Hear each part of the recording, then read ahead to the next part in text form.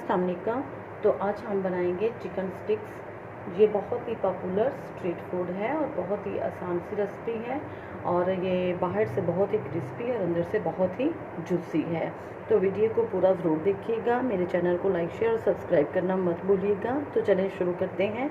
यहाँ पे मैंने बोनलेस चिकन लिया है, जिसको कि मैंने 1-1 इंच के चिकन क्यूब्स में कट कर लिया है और अच्छी तरह से इसको वॉश कर लिया है।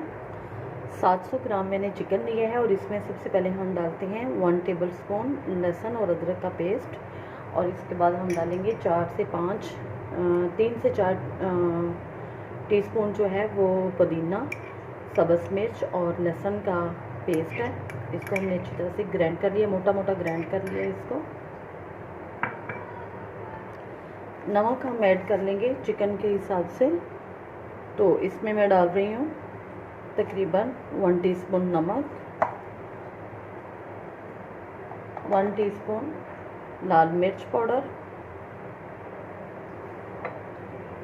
साबुत धनिया powder 1 teaspoon,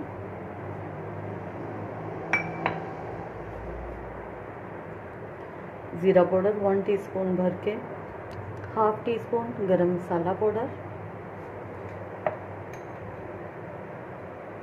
half teaspoon black pepper, थोड़ा सा food colour, yellow food colour, चाट मसाला तकरीबन 1 टीस्पून। ये मसाले जो हैं सब वो आप अपने टेस्ट के हिसाब से कम या ज़्यादा कर सकते हैं। 1 लेमन जूस, लेमन का बड़े साइज़ में लेमन है जिसका कि जूस हमने डाल दिया इसमें, या आप सिरका भी ऐड कर सकते हैं अगर लेमन नहीं है। अब अच्छी तरह से मिक्स कर लेते हैं। मैंने यहाँ पे चिकन लिया है, अगर आप मटन या बीफ लेना चाहते हैं तो आप उसमें थोड़ा सा पपीता डाल सकते हैं ताकि वो अच्छी तरह से माउस हो जाए।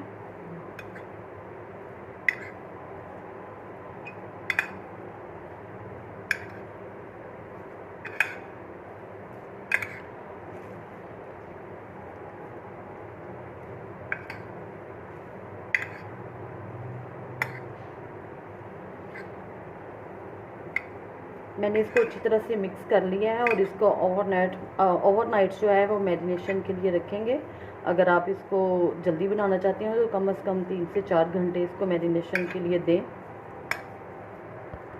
एक अंडे को अच्छी तरह से फेंट के, तो अगर आधा किलो आपका चिकन है तो आप उसमें हाफ अंडा डालें, लेकिन ये मेरे पास तकरीबन 700 ग्राम है तो मैं इसमें तकरीबन पूरा अंडा डाल रही हूँ।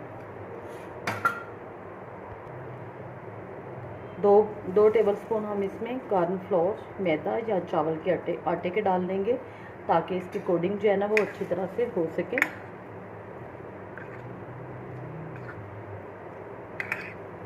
अब हम इसको अच्छी तरह से मिक्स कर लेंगे फिर से।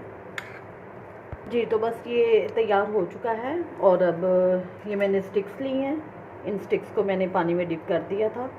तो अब हम जो है वो इसमें लगाएंगे ये चिकन के पीसेस।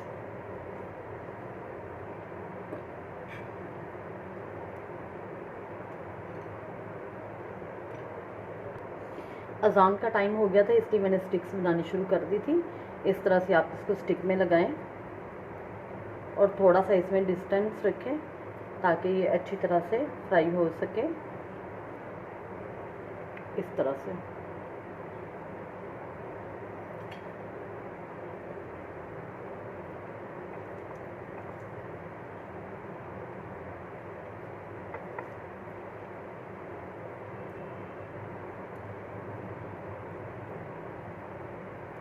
तरह से आप इसको लगा लें।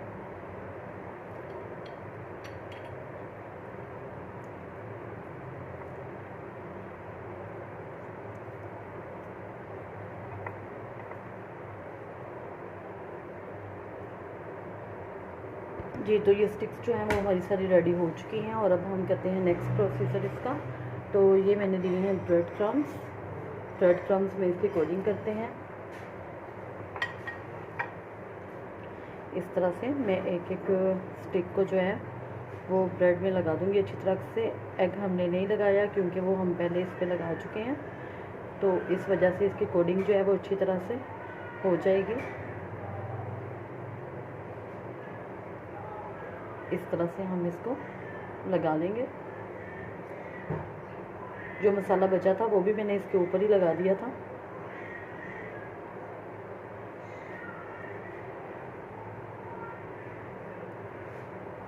इस तरह से हम इसको लगाते जाएंगे ब्रेड क्रम्स। जी तो सारे हम इसी तरह से ब्रेड क्रम्स लगा लेंगे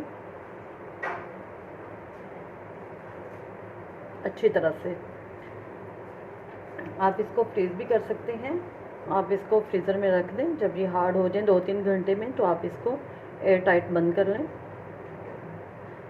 10 से 12 दिन तक जो है ना वो आप इसको यूज़ कर सकती हैं। जब भी आपको फ्राई करना हो तो आप इसको निकाल लें आधा घंटा पहले और इसको फ्राई करके यूज़ कर सकते हैं।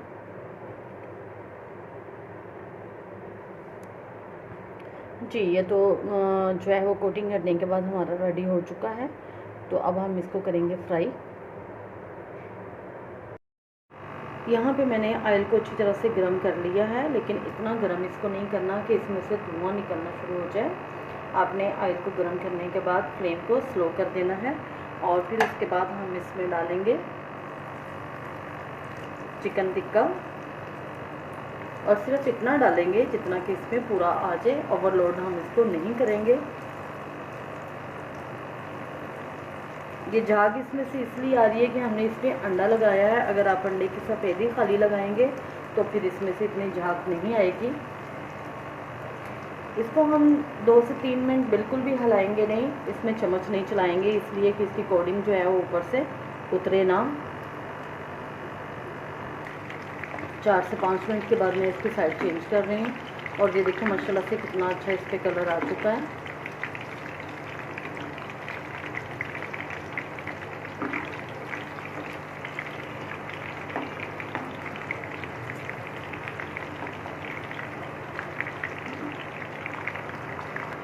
जी तो देख सकती हैं आप दोनों साइड पे बहुत अच्छा सा कलर आ चुका है।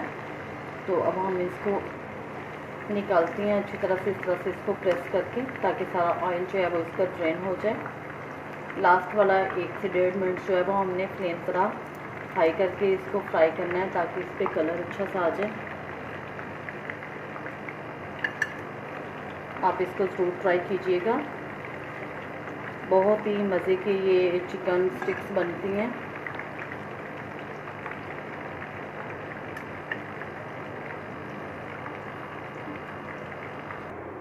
आप केचप या किसी भी सॉस के साथ इसको ज़रूर ट्राई कीजिएगा, बहुत ही टेस्टी लगता है। आप बच्चे बड़े सभी इसको बड़े शौक़ से खाते हैं, पसंद करते हैं। आप इसको बना के फ्रीज़ कर लें, जब भी कोई गेस्ट आएँ या चाय के साथ आप कोई गैदरिंग हो तो आप इसको ट्राई कर सकते हैं। आई होप कि आपको मेरी वीडियो पसंद आई होगी।